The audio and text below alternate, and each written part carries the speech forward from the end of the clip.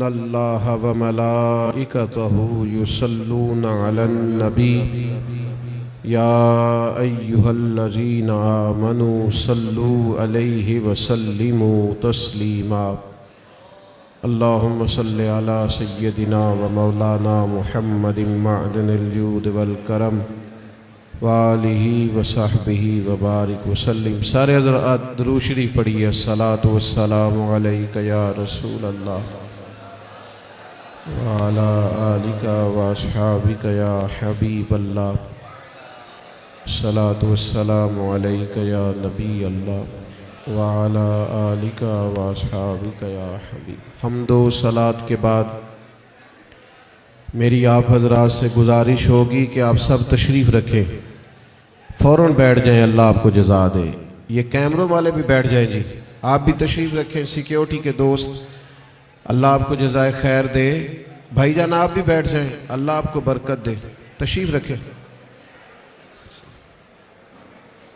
آپ سب، آپ سے عرض کیا تھا بیٹھنے کا، اور یہ موبائل بھی اگر آپ نیچے کر لیں گے تو جو آپ کے پیچھے بیٹھا ہے اسے تکلیف نہیں ہوگی، تھوڑا نیچے کر لیں صرف موبائل کو۔ درود شریف پڑھ لیں بلند آواز سے۔ الصلاۃ والسلام علیک یا رسول اللہ وعلی آلک واصحابک یا حبیب اللہ۔ حمد و صلاۃ کے بعد الحمدللہ آج اس خوبصورت محفل پاک میں ایک بڑی تعداد میں دیکھ رہا ہوں علماء بھی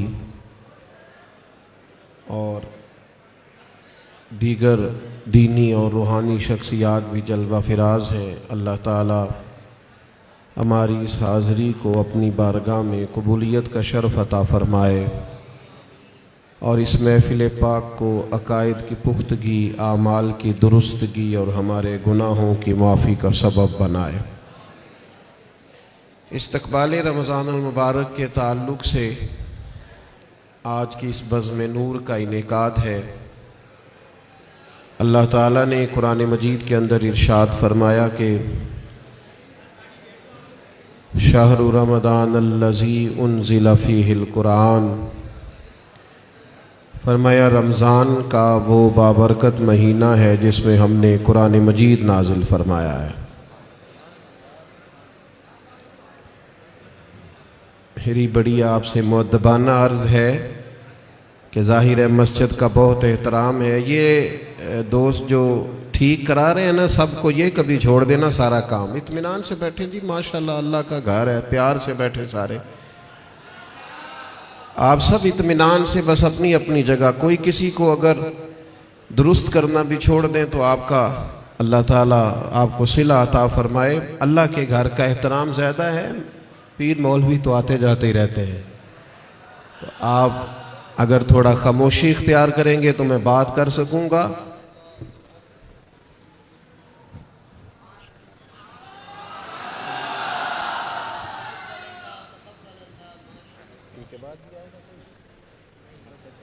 اچھا اللہ جزاک، بہت سی اللہ آپ کو برکت عطا، بڑی نواز، بارک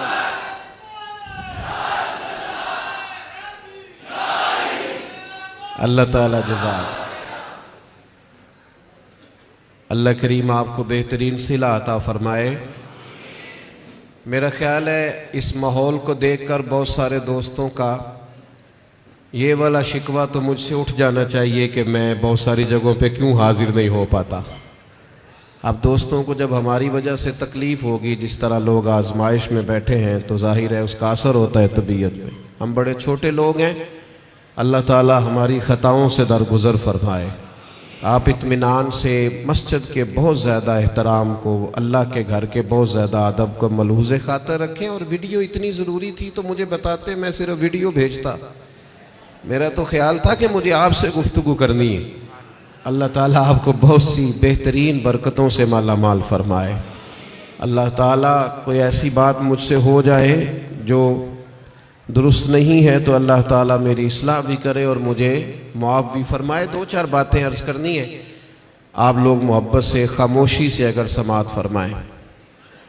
مجھے اندازہ ہے کہ لوگ زیادہ ہیں تو ان کو دقت ہو رہی ہے بیٹھنے میں اور آزمائش میں ہے، لیکن بہرحال آپ جب جتنی محبت سے بیٹھیں گے اس کا زیادہ اجر ملے گا آپ کو۔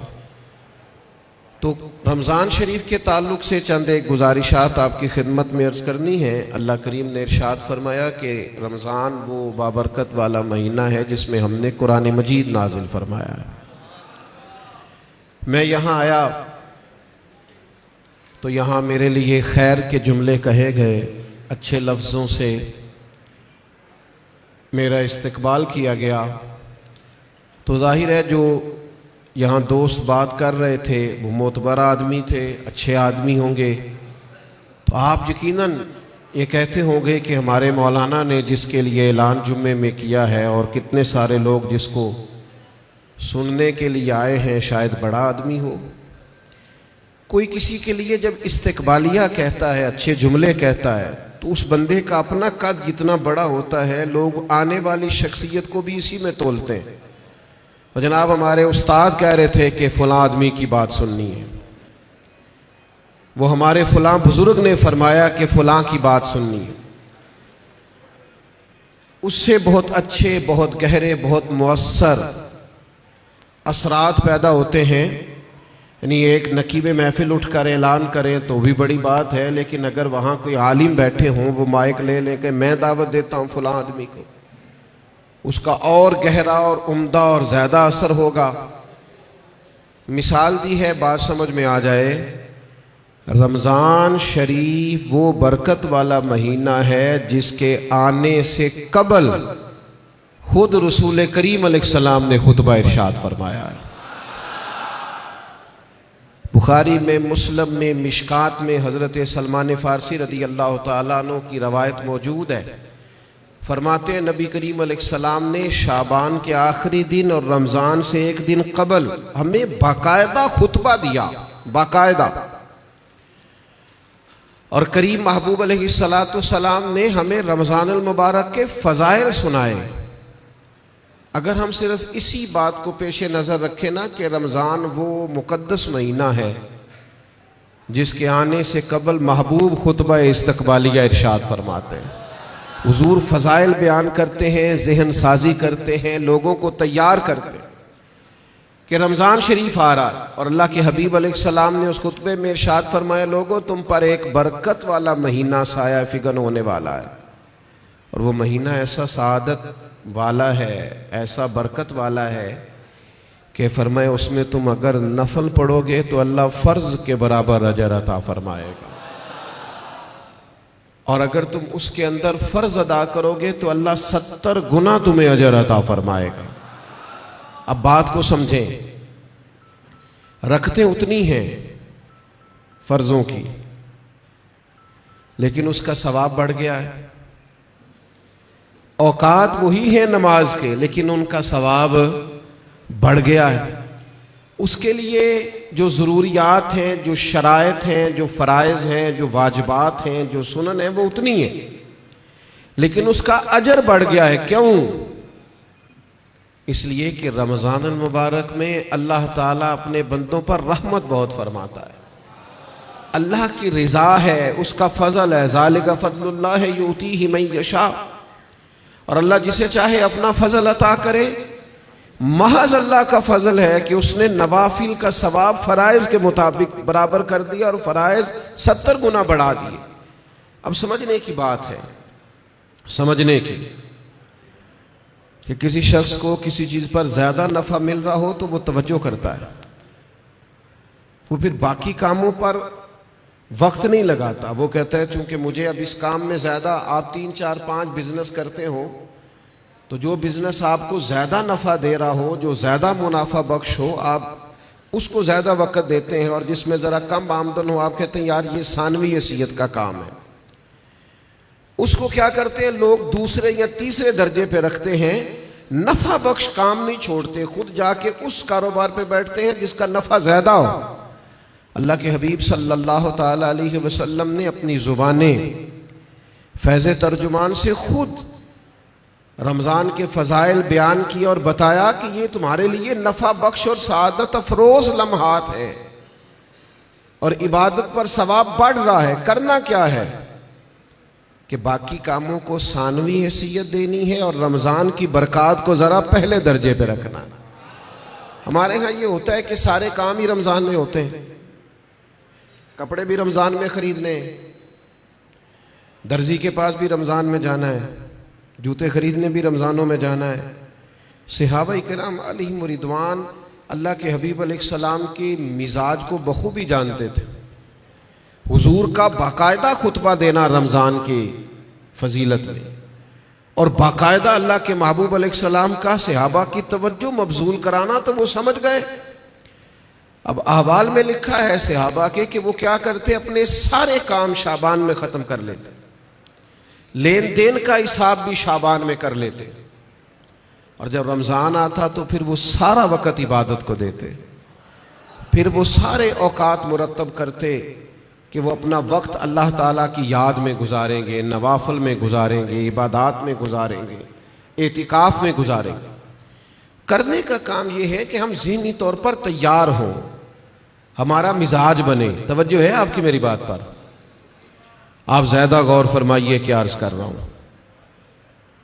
فرمایا کہ وہ اپنے سارے کاموں کو پہلے سمیٹ لیتے، اور رمضان میں ان کی پوری توجہات، اللہ کرے آپ کی بھی توجہ ساری میری بات پہ ہو جائے، آمین تو کہہ دے. ایسا نہ ہو جب تک آپ انتظام مکمل کریں تب تک ہم چھٹی لے لیں آپ سے. اللہ تعالیٰ آپ کو برکات عطا فرمائے. آپ زیادہ غور کریں، ماشاءاللہ انتظام اچھا ہے آپ کا، اور آپ زیادہ پریشان نہ ہو. میں چھوٹا آدمی ہوں، شروع میں کہہ چکا ہوں، آپ سے اللہ رسول کی بات کرنے آیا ہوں. آپ زیادہ توجہ سے سنیں گے، طبیعت عمل کی طرف مائل ہوگی تو میرے لیے ذخیرہ آخرت بنے گا. تو آپ غور کریں بات پر، چھوڑ دیں باقی چیزوں. اللہ تعالیٰ آپ کو برکات عطا فرمائے، آمین تو کہہ دے. ہماری طرف دیکھیں پھر ادھر دیکھ رہے ہیں، کمال ہو گئی. اللہ تعالیٰ آپ کو جزائے خیر عطا فرمائے، برکت. جو استاد ٹائپ لوگ ہوتے ہیں نا، پڑھنے پڑھانے والے، وہ کہتے ہیں بچے کو میری طرف دیکھ، چاہے علی بات آسا بھی پڑھا رہا ہوں نا، تو پورا دیکھے گا تو سبق کا مزہ آئے گا. اللہ تعالیٰ آپ کو برکات عطا فرمائے، جزائے خیر. اور ویسے بھی ہماری محفل میں ایک آدھ آدمی ہوتا ہے جس نے مجمع میں بھی لازمی بیٹھنا ہوتا ہے اور سارے انتظام بھی کرنے ہوتے ہیں. بھئی آپ کو بندوبست کرنا ہے تو آپ ادھر تشریف لے جائیں جہاں بندوبست ہو رہا ہے. اب یہاں بھی تشریف فرمائیں، وہاں بھی تشریف فرمائیں، تو روحانیت سے ہی کام چلائیں، یہی زیادہ بہتر ہے. اللہ تعالیٰ آپ کو بہت سی برکتیں عطا کرے، سلامتی عطا فرمائے. اللہ تعالیٰ اس محفل کی سب برکات ہمیں نصیب کرے.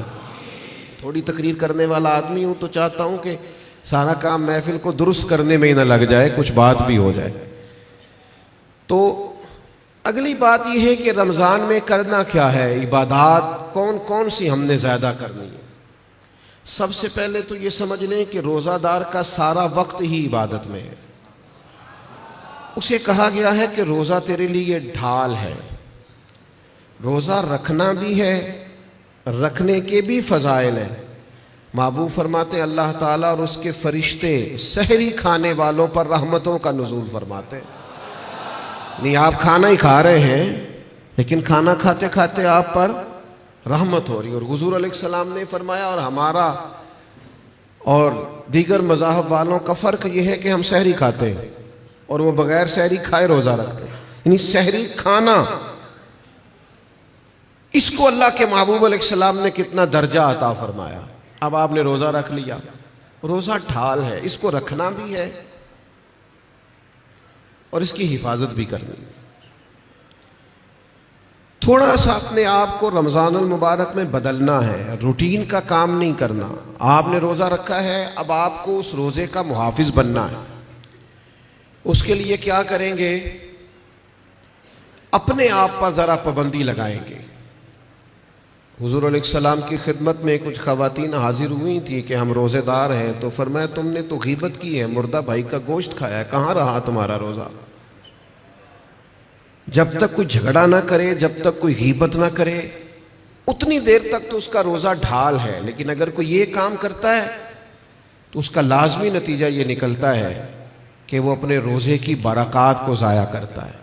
روزے کے محافظ بنے. اگر کوئی شخص ایسی بات بھی کرتا ہے تو اسے کہیں بھئی میں روزہ دار ہوں، اس روزے کے محافظ بنے. پھر رمضان المبارک کے اندر قرآن مجید کے ساتھ رمضان کا بڑا گہرا رشتہ ہے. جو آیہ کریمہ میں نے تلاوت کی، جو حصہ میں نے پڑھا، اس میں بھی فرمایا اللہ تعالیٰ نے شہر رمضان الذی انزل فیہ القرآن، یہ رمضان کا وہ مہینہ ہے جس میں ہم نے قرآن مجید کو نازل فرمایا ہے. ہمارا نا قرآن مجید کے ساتھ رشتہ آخر کس طرح کا ہونا چاہیے؟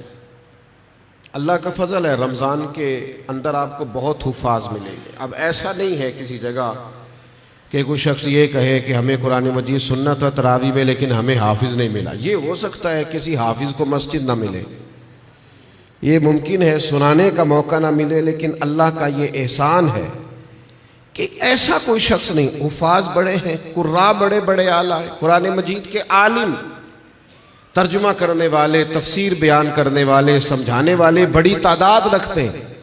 لیکن ہمیں ضرورت کن لوگوں کی ہے؟ ہمیں ضرورت ہے قرآن مجید کے عشاق کی، جو عشق کرے قرآن مجید سے. رکے بھیجتے ہو نا نعت خوانوں کو، بہت اچھی بات، فلاں نعت سنائیں، بہت اعلیٰ بات. ایک آدھ رکا کبھی بھیجا کرو نا، آج بڑا دل کر رہا ہے سورہ رحمان سنائیں. ایک آدھ رکا روانہ کرو نا اسٹیج کی جانب. کبھی جب قاری صاحب تلاوت کر رہے ہوں تو انہیں کہا بہت دل کر رہا ہے آج آپ نا ہمارے سامنے سورۃ الحجرات کی تلاوت کریں. یہ رکے بھی تو ہونے چاہیے نا. نبی کریم علیہ السلام کی خدمت میں عرض کیا گیا یا رسول اللہ یہ فلاں شخص ہے نماز میں سورہ اخلاص بہت کثرت سے پڑھتے ہیں. تو محبوب نے بلا کے پوچھا آپ کو اور صورتیں نہیں آتی؟ انہوں نے کہا حضور آتی ہیں، پر سورہ اخلاص میں اللہ کی شانوں کا بیان ہے، مجھے پیاری بڑی لگتی. تو کریم نے فرمایا تم اس سے محبت کرتے ہو، امید ہے جنت میں بھی تمہیں ساتھ لے جائے گا. کسی ایک سورت سے بھی تو پیار کرے نا بھائی. وہ جو سورہ ملک پڑھتے تھے اور پھر قبر سے بھی ان کے سورہ ملک پڑھنے کی آواز ہی آ رہی، تو یہ والا پیار بھی تو کرے نا آپ. قرآن مجید کے ساتھ دلچسپیاں ہو، ذوق ہو. امام شافعی رحمۃ اللہ علیہ فرماتے ہیں کسی شخص نے پورا قرآن مجید نہ بھی سمجھا ہو تو اگر وہ صرف سورہ عصر کو سمجھ لے، انتہائی جامع، انتہائی مختصر، اور دین کا پورا مفہوم سورہ عصر میں بیان ہوا، اگر وہ صرف سورہ عصر سمجھ لے تو اس نے دین کے سارے مفہوم کو سمجھ لیا ہے. اور صحابہ کا اتنا مضبوط مزاج تھا ان باتوں پر کہ جب وہ کسی سے ملاقات کرتے، السلام علیکم ہوتی، تو اتنی دیر تک جدا نہیں ہوتے تھے جب تک سورہ عصر کی تلاوت نہیں کر لیتے تھے. ہمیں قرآن مجید سے عشق کرنا چاہیے. کہہ رہے ہوتے ہیں ہمارے نقیب صاحب بھی اور نعت خان صاحب بھی، سارا قرآن مجید ہی حضور کی تعریف ہے، سارا قرآن پاک کی نبی کریم کی نعت ہے. تو بھائی اگر سارا قرآن مجید حضور کی نعت ہے تو چند آیات پڑھ دیں آپ، پھر مہربانی کریں، پھر آپ سنا دیں. سنا پھر بھی آپ اشعار ہی رہے ہیں، اور وہ بھی ایسے لوگوں کے جن کا پتہ ہی نہیں ہے کہ ان کو شعر کہنا بھی آتا ہے کہ نہیں. قرآن مجید سے دلچسپی پیدا کریں. حضرت ابو موسیٰ اشعری رضی اللہ تعالیٰ عنہ خوبصورت قرآن مجید پڑھتے تھے. تو حضرت عمر انہیں بلا کے فرمایا کرتے تھے ابو موسیٰ ذرا مجھے میرے رب کی یاد تو دلانا. تو وہ اشارہ سمجھ جاتے اور فوراً قرآن مجید کی تلاوت شروع کرتے. قرآن پاک سے پیار کرے. یہ رمضان کا قرآن سے خاص رشتہ ہے. مجھے نہیں پتا آپ بڑے شہر میں رہتے ہیں، میرا تو ایک چھوٹے سے علاقے سے تعلق ہے. ہم جب چھوٹے ہوتے تھے تو گھروں میں بہن بھائیوں کی، حتیٰ کہ بڑوں کی بھی دوڑ لگی ہوتی تھی. قرآن مجید سارا دن تلاوت ہوتی تھی، اور ایک دوسرے سے پوچھے کتنے سپارے ہوئے، میں نہیں بتاؤں گا، تو پہلے بتا تیرے کتنے ہوئے. اور اگر وہ پوچھنے کو آ جاتے تھے، دیکھنے کو آ جاتے تھے کون سا پارا پڑھ رہے ہیں، تو چھپایا جاتا تھا. لیکن کیا کروں میں کس درد سے یہ بات کروں. اب موبائل صرف جوان بیٹا ہی زیادہ استعمال نہیں کرتا، اس کا باپ بھی بہت استعمال کرتا. اب ٹیلی فون پر صرف بچے نہیں لگے ہوئے، ان کی اماں بھی بہت استعمال کر رہی. وہ عشق جو آپ کا قرآن مجید سے ہونا چاہیے تھا، جو ذوق قرآن پاک سے ہونا چاہیے تھا، پلٹ کر قرآن مجید کی آیات کو پڑھنا چاہیے تھا. آپ نے جس قدر چیزیں اپنے موبائل سے لی ہیں، یاد کی ہیں، ذہنوں پہ بٹھائی ہیں، کاش آپ ایک ایک دو دو آیات ہم سارے یاد کرنی شروع کرتے، اصلاح لیتے، کہاں تک بات پہنچ جاتی۔ سیدہ طیبہ طاہرہ حضرت عائشہ صدیقہ رضی اللہ تعالی عنہ بیان فرماتی ہیں کہ نبی کریم علیہ السلام ہر سال رمضان المبارک میں قرآن مجید کا دور فرماتے تھے حضرت جبریل امین کے ساتھ، یعنی پورا قرآن مجید محبوب حضرت جبریل امین کو سناتے اور وہ نبی کریم کو سناتے، اور فرماتی ہیں جس سال حضور کا وصال ظاہری ہوا ہے اس سال 2 مرتبہ سرکار نے قرآن مجید سنایا، اور 2 بار سنا ہے۔ چلیں یہ ذوق تو پیدا کریں، قرآن مجید سے اپنی دلچسپی پیدا کریں۔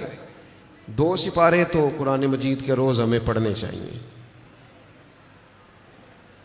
وعدہ نہیں لے رہا، ارادہ کرا رہا ہوں، 1 پارہ مسجد میں پڑھیں صبح۔ میری اپیل ہے کہ رمضان شریف میں موبائل کم استعمال کریں۔ آپ کے خبریں سننے سے اور تبصرے سننے سے ملک میں کوئی انقلاب بھی نہیں آئے گا، نہ پہلے آیا ہے۔ تبصرے ہونے سے کچھ نہیں آیا تو کیا نتیجہ ہے؟ کچھ بھی نہیں۔ میں جی خبریں سنتا ہوں، آپ 1 مہینہ خبریں بھی رہنے دیں۔ آپ کے جو تعلق کی بات ہے، کوئی مجبوری آپ دیکھیں، باقی چھوڑ دیں، وقت قرآن مجید کو دیں، یہ سمجھ کر کہ ہمارے رسول پاک کا طریقہ ہے، کریم محبوب کا طریقہ ہے۔ قرآن مجید کو رمضان میں خاص وقت دیں۔ 1 پارہ مسجد میں پڑھیں، مسجد کا حق ہے، 1 گھر میں پڑھیں، گھر کو قبرستان نہیں بنانا۔ اور تراویح کا آپ ارادہ تو کریں کہ میں نے انشاءاللہ ایک ہی مسجد میں شروع کرنی ہے اور پوری 20 رکعت پڑھنی ہے، اور اسی مسجد میں پورا قرآن مجید سننا۔ صرف ایک کام کیجئے گا، بیچ میں چھٹی نہ کیجئے گا، ورنہ اپنے آپ سے پوچھ لیں، جس دن چھوٹے ہوتے اسکول سے چھٹی کرتے تھے اگلے دن بھی چھٹی کرنے کو دل کرتا تھا، اور روٹین میں چلتے رہتے تھے، تو کام روٹین میں پڑھو گے، ہر روز پڑھو گے اور کھڑے رہو گے تو کچھ بھی نہیں ہوگا۔ 1-2 دن میں انسان کی نفسیات ہے، 1-2 دن میں روٹین بن جاتی۔ آپ ایک دن اٹھیں صبح 5 بجے، تھوڑا مشکل ہوگی آپ کو، بار بار موبائل بجے گا، دوسرے دن بھی شاید تھوڑی مشکل ہو، تیسرے دن موبائل بجے بغیر آنکھ کھلے گی، روٹین بن جاتی ہے آدمی۔ آپ پابندی سے قرآن مجید سنیں رمضان شریف میں، تراویح میں، کچھ بھی نہیں ہوگا۔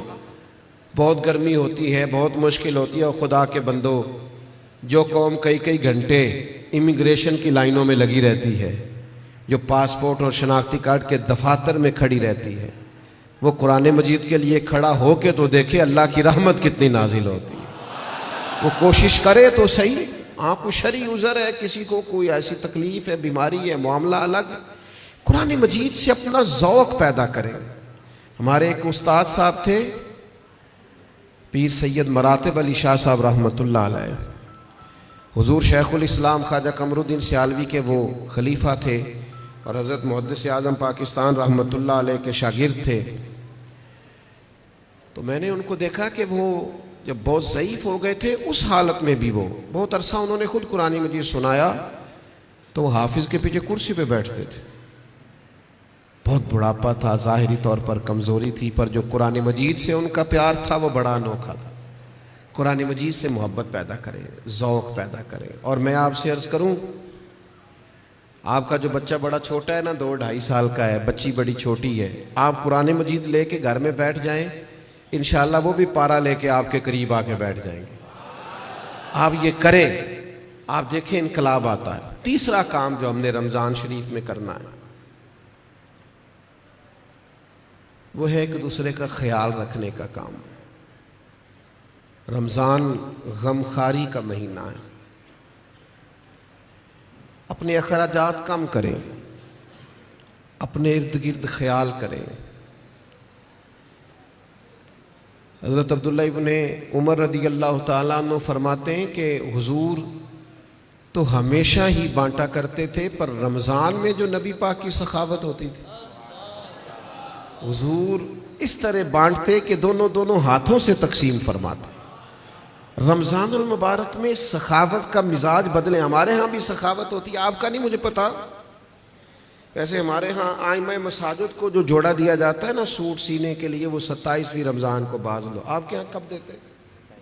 وہ 27ویں کو اس لیے دیتے ہیں کہ درزی کوئی پکڑتا نہیں نا، پھر سی کے نہیں دے گا، بغیر سلا دیتے ہیں 27 کو، تاکہ کہیں امام سلوا نہ لے۔ اور پہن ہی نہ لے. اب کون درزی پکڑے گا؟ آپ نے کہیں راشن دینا ہے یا کسی کو تحفہ دینا ہے تو وہ آپ رمضان سے پہلے دیں، اور علماء سے تصدیق کرا لینا، رمضان کی نیت کر کے رمضان سے پہلے بھی دے دو گے تو رمضان جتنا ہی اللہ اجر عطا فرمائے گا. اللہ کے بندے قبل از وقت کسی کو دیں اور مہربانی کریں. لوگوں کو لائنوں میں لگانے کا شوق نکال دیں طبیعت سے. جب رب نے ہمیں دیا تھا تو لائنوں میں کھڑا کر کے نہیں دیا تھا. یہ کیوں شوق پیدا ہو گیا؟ پتہ ہے مومن کی عزت کتنی ہے؟ اللہ کے حبیب علیہ السلام نے فرمایا مومن کی عزت اللہ کی بارگاہ میں بیت اللہ سے بھی زیادہ ہے. ترمذی میں حدیث. شوق آ گیا لوگوں کو لائنوں میں کھڑا کر کے دیتے ہیں. آپ کو پتہ ہے، اور جس طرح الیکشن کے دنوں میں لسٹیں بنتی ہیں نا کہ اس کا ووٹ کہاں ہے، اس طرح غریبوں کی لسٹیں بھی پہلے سے بنائی جا سکتی ہیں کہ کون ضرورت مند ہے، اور ایک جگہ پہ بیٹھ کر ہی بن جاتی ہیں. سب ہو جاتا ہے اگر کرنا ہو. میرے عزیز، لوگوں کو دیا جائے. اور دیکھنا، یاد رکھنا، اگر رمضان میں بھی کوئی کریانے والے کے پاس کھڑا ہو کے کہہ رہا ہونا کہ یار بس 2 دن اور نکالو میں تمہارا قرض چکاتا ہوں، تو پھر میرا خیال ہے کہ ہمیں اپنی افطاریاں اور سیاسی افطاریاں تھوڑی بند کر لینی چاہیے. پھر ہمیں غور کر لینا چاہیے کہ رمضان شریف میں بھی لوگ گزارشات پیش کر رہے ہیں. خدا کے بندو، اس تفریق سے ہم کب نکلیں گے کہ بس ہمیں لوگوں کو خیرات ہی دینی ہے؟ آپ لوگوں کے دکھوں کا مداوع کریں، آپ تعلیم کو عام کریں، روزگار کو عام کریں، اور آپ لوگوں کی ضروریات کی کفالت کریں. ایک شخص صرف دے اور ایک آدمی کو دے، لیکن اس کی ضروریات کا خیال کریں. اس طرح کا رویہ کہ مجھے 100 جگہ پہ دینا. حضرت عمر بن عبدالعزیز کے زمانے میں ایک شخص کو زکوٰۃ لگتی تھی، اتنے لوگوں نے زکوٰۃ دی، اس نے کاروبار کیا کہ اگلے سال وہ خود زکوٰۃ دے رہا تھا. لیکن وہ ہم تو لوگوں کو اس طرح کا رویہ رکھتے ہیں کہ بس ٹھیک ہے، یہ کام چلتا ہی رہنا چاہیے. تو آپ اپنی طبیعت میں رمضان میں سخاوت کا مزاج پیدا کریں اور اپنے ارد گرد ڈھونڈیں. حضرت امام زین العابدین رضی اللہ تعالیٰ عنہ کسی شخص کو کچھ دینے لگے تو زمین پہ رکھ کے چلے گئے، اور پھر آواز دی وہ میں نے کچھ آپ کے لیے تحفہ رکھا ہے فلان جگہ اٹھا لیجئے گا. تو کسی نے کہا حضور آپ نے نیچے رکھا ہے، دے دیتے. فرمانے لگے لیتے وقت وہ آنکھیں بھی نیچی کرتا، اس کی زبان پر شکریہ کے الفاظ بھی لڑکھڑاتے ہوئے آتے، اور وہ مجھے محسن جان کر اپنے مزاج میں تھوڑا کمزوری بھی محسوس کرتا. تو میں جلدی سے اس لیے آ گیا ہوں کہ کہیں اس کو نظریں نہ جھکانی پڑے، اللہ کی رضا کے لیے دیا ہے. ہمارے حضرت فرمایا کرتے تھے کسی غریب کی بیٹی کی شادی کراؤ تو پھر خود اس شادی میں نہ جانا، اس لیے کہ وہ تو پھر بیچارہ تمہارے آگے پیچھے پھرتا رہے گا، نظریں جھکائے پھرے گا. تم نے تعاون کر دیا، اب گھر رہو. چوتھا کام جو ہم نے رمضان میں بہت زیادہ کرنا ہے وہ دعائیں مانگنے کا ہے. دعا مومن کا ہتھیار ہے. کچھ لوگ کہتے ہیں دعا سے کیا ہوتا ہے؟ میں نے کہا اگر رسول رحمت دعا مانگے نا تو اللہ حضرت عمر جیسے لوگوں کو دین میں داخل کر دیتا ہے. کو دعا کی طاقت کا ہی نہیں پتا. دعا تو ہتھیار ہے مومن کا. دعا سے انقلاب آ جاتا ہے، کایا پلٹ جاتی ہے. دعا کرو کوئی دعا دینے والا ملے، دعا کرو کوئی پچھلے سحر اٹھ کر دعا دے. کوئی بیٹھا ہوا مجھے دور دعا دیتا ہے، میں ڈوبتا ہوں پر سمندر اچھال دیتا ہے. اللہ کرے کوئی دعاؤں میں یاد رکھے. دعائیں مانگیں اور دوسروں کے لیے زیادہ مانگیں. آپ نے زیادہ غور کیا ہے، میں سمجھ گیا ہوں کہ دوسروں کے لیے ہی مانگیں. یہ بڑا مشکل کام ہوتا ہے، لیکن آپ دوسروں کے لیے مانگیں. حدیث میں فرمایا جو دعا تم کسی کے لیے مانگتے ہو اللہ پہلے تمہیں عطا فرماتا ہے. آپ مانگیں گے تو وہ تو کرم ہوگا. اپنے لیے بھی مانگیں پر دوسروں کے لیے بھی مانگیں. دل بڑا زخمی ہے، طبیعت بڑی بے چین ہو جاتی ہے جب فلسطین کے لوگوں کی تکلیف دیکھتے ہیں. ہم نہ خبروں میں تھوڑے دن رہنے والے لوگ ہیں، ہمارا مزاج ہے، جو خبر چل گئی اس کے پیچھے ہو لیے۔ جن علاقوں میں سیلاب آیا تھا وہ سارے لوگ اپنے اپنے گھروں میں سیٹ ہو گئے، کاروبار چل گئے، لیکن خبریں ختم ہو گئی ہیں نا، تو ہم بھی چپ کر گئے۔ فلسطین کی چند دن خبریں ذرا زیادہ تھیں تو ہم بھی ذرا زیادہ بات کر رہے تھے، اب وہ خبریں ختم ہو گئیں، جنگ تو ختم نہیں ہوئی، تکلیف تو ختم نہیں ہوئی۔ خدا کے بندوں، جو زخم لگے تھے وہ تو نہیں بھرے، آنسو تو اپنی جگہ پہ ہیں، درد تو اپنی جگہ پہ، لیکن ہم خاموش ہیں۔ ہمارے وہی سٹیٹس ہے، وہی آنا جانا، وہی پھرتیاں ہیں، وہی کھانا پینا ہے، ہمیں کسی سے کیا لگے الا ماشاء اللہ۔ اپنے مسلمان بھائیوں کا درد سمجھو، اپنی تجوریاں بھرتے جانا اور کسی کا خیال ہی نہ کرنا، اس کا معنی یہ ہے کہ دل سخت ہو گیا۔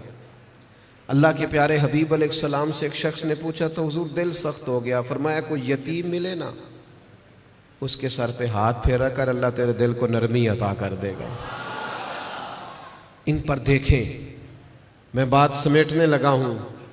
5واں کام جو رمضان شریف میں ہم نے کرنا ہے وہ ہے محاسبہ۔ ہمیں سوچنے کا وقت ملے گا، ہم روزے سے ہوں گے، بیٹھنے کا موقع۔ ہمارے صوفیہ ایک مراقبہ کراتے ہیں۔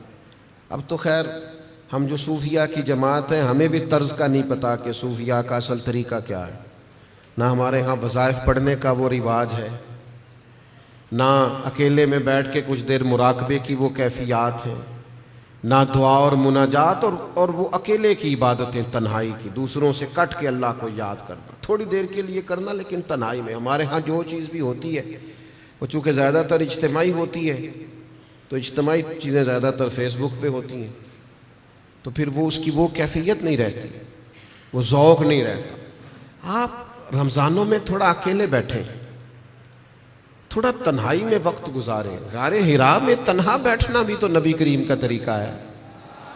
غار ثور میں 3 دن سب سے کٹ کے اسلام رہبانیت کی نفی کرتا ہے، لیکن کچھ دیر کے لیے خلوت کرنا، اکیلے میں بیٹھنا، تھوڑی دیر اپنے آپ سے گفتگو کرنا۔ ڈھونڈتا پھرتا ہوں اے اقبال اپنے آپ کو، آپ ہی گویا مسافر، آپ ہی منزل ہوں میں۔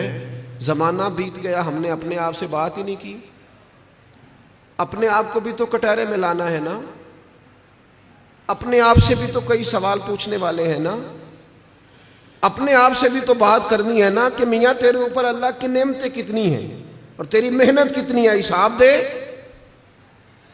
اللہ کے انعام کتنے ہیں اور جواب میں تیرا شکر کتنا ہے، حساب دے۔ اللہ کے ایک بندے تھے، ان پر نیک تھے، عبادت گزار تھے، انعام برسنے لگے تو ایک دن رو پڑے اور تڑپ کے کہنے لگے اے اللہ، ان پر انعام بہت ہونے لگے ہیں، میری قدر بہت ہونے لگی ہے، میرے آنے پر گویا نعرے بہت لگنے لگے، لوگ مجھے بہت جاننے لگے ہیں، مجھ پر کرم کرنا، کہیں میری ساری نیکیوں کا مجھے دنیا میں اجر نہ دے دینا، ایسا نہ ہو صبح قیامت میرا نامہ اعمال خالی رہ جائے، کرم نوازی فرما، کچھ وہاں کے لیے بھی مجھے عطا کرنا۔ میرے عزیز، رمضان آپ کو موقع دے گا کچھ تنہائی میں بیٹھے، اپنے مالک کے حضور حاضر ہوں۔ سحری کے لیے جب اٹھے نا تو 20 منٹ پہلے اٹھیں، پھر وضو بنائیں، پھر تہجد کی نماز پڑھیں۔ بڑی پسند ہے رسول پاک کو تہجد کی نماز، حضور بڑے ذوق سے اٹھتے۔ آپ اکیلے ہوں اپنے گھر میں پڑھیں، اس عبادت کے بعد اللہ کے حضور حاضر ہوں، اپنے لیے امت کے لیے کشکول طلب دراز کریں، لیکن اپنا محاسبہ کریں۔ ساری زندگی دوسروں کا حساب کیا ہے۔ وہ حضرت موسیٰ کلیم علیہ السلام نے ایک بہت نیک آدمی سے کہا، بہت نیک آدمی سے، کہ آپ بتائیے بستی میں سب سے گناہگار کون ہے؟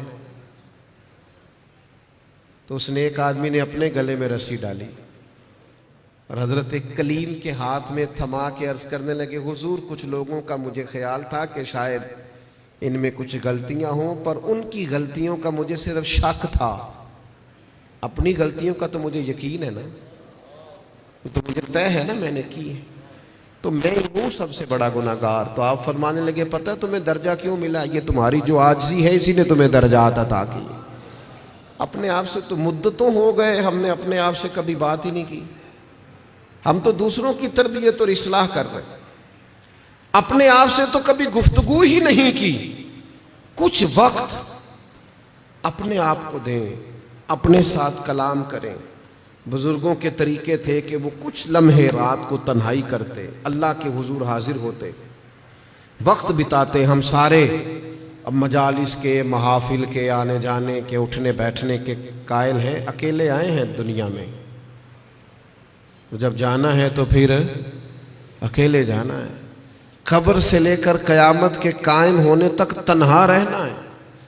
تو تھوڑی سی تنہائی تھوڑی دیر کے لیے کرنا شروع کریں نا اللہ کی بارگاہ میں. تو یہ 5 باتیں آپ کی خدمت میں نے رمضان کے تعلق سے عرض کی ہیں. ایک گزارش میری آپ سے اور ہے بات ختم کرتے ہوئے, یقیناً آپ توجہ کریں گے. اپنی زندگی سے تنقید بہت زیادہ نکال دیں. ہماری نہ کچھ آنکھیں زیادہ کھل گئی ہیں جو زیادہ ہی تنقید. اللہ کے بندے ہیں ہم سارے, اس قدر زیادہ میں تنقید سننے لگا. اصلاح کرنا, میں ابھی حرم شریف گیا تھا, میں نے واپس آ کے بھی دوستوں سے کہا, وہاں بھی کچھ دوست کہتے ہیں وہ دیکھو وہ کیا کر رہا ہے. میں نے کہا یار تیرا کیا خیال ہے, جو بڑے نکمے تھے وہ بلا لیے گئے, یہاں تو جو بڑے مقبول ہوتے ہیں ان کو حاضری کے موقع ملتے ہیں. ہر جگہ غلطیاں ہی ڈھونڈتے ہو, صرف گفتگو کے موضوعات ہی تلاش کرتے ہو. اللہ کے بندوں کی خوبیاں بھی تو دیکھو نا. کم از کم 1 ماہ ایسا ضرور گزارے جس میں صرف خیر تلاش کریں, اچھائیاں تلاش کریں, تھوڑی دیر کے لیے صرف نظر کریں لوگوں کی جو اعمال کی غلطیاں ہیں. عقیدہ تو چلو ایک بنیادی چیز ہے. تو میں عرض کروں گا تنقید والی زندگی اور ہر وقت کمزوریاں ڈسکس کرنا, ہر وقت. آپ کو پتہ ہے سیدہ عائشہ صدیقہ فرماتی ہیں حضور کی طبیعت کے مطابق اگر کبھی کھانا نہ ہوتا تو چھوڑ دیتے, لیکن کبھی اس میں سے نقص, تو جو رمضان میں بھی جھگڑے ہی کرے اور نقص ہی بیان کرے اور ہر جگہ کے بیان کرے تو اس نے فلسفہ کیا سمجھا. تو یہ 5 چیزیں جو میں نے آپ کی خدمت میں رکھی ہیں, میں امید کرتا ہوں آپ اس پر توجہ کریں گے. اللہ کے حضور دعا ہے مالک ہماری اس حاضری کو قبولیت کا درجہ عطا فرمائے. اتنی بڑی تعداد میں آپ آئے, اللہ ایک ایک پہ اپنا فضل فرمائے اور اہتمام کرنے والے حضرات کو بہترین جزا عطا فرمائے. وما علینا الا البلاغ.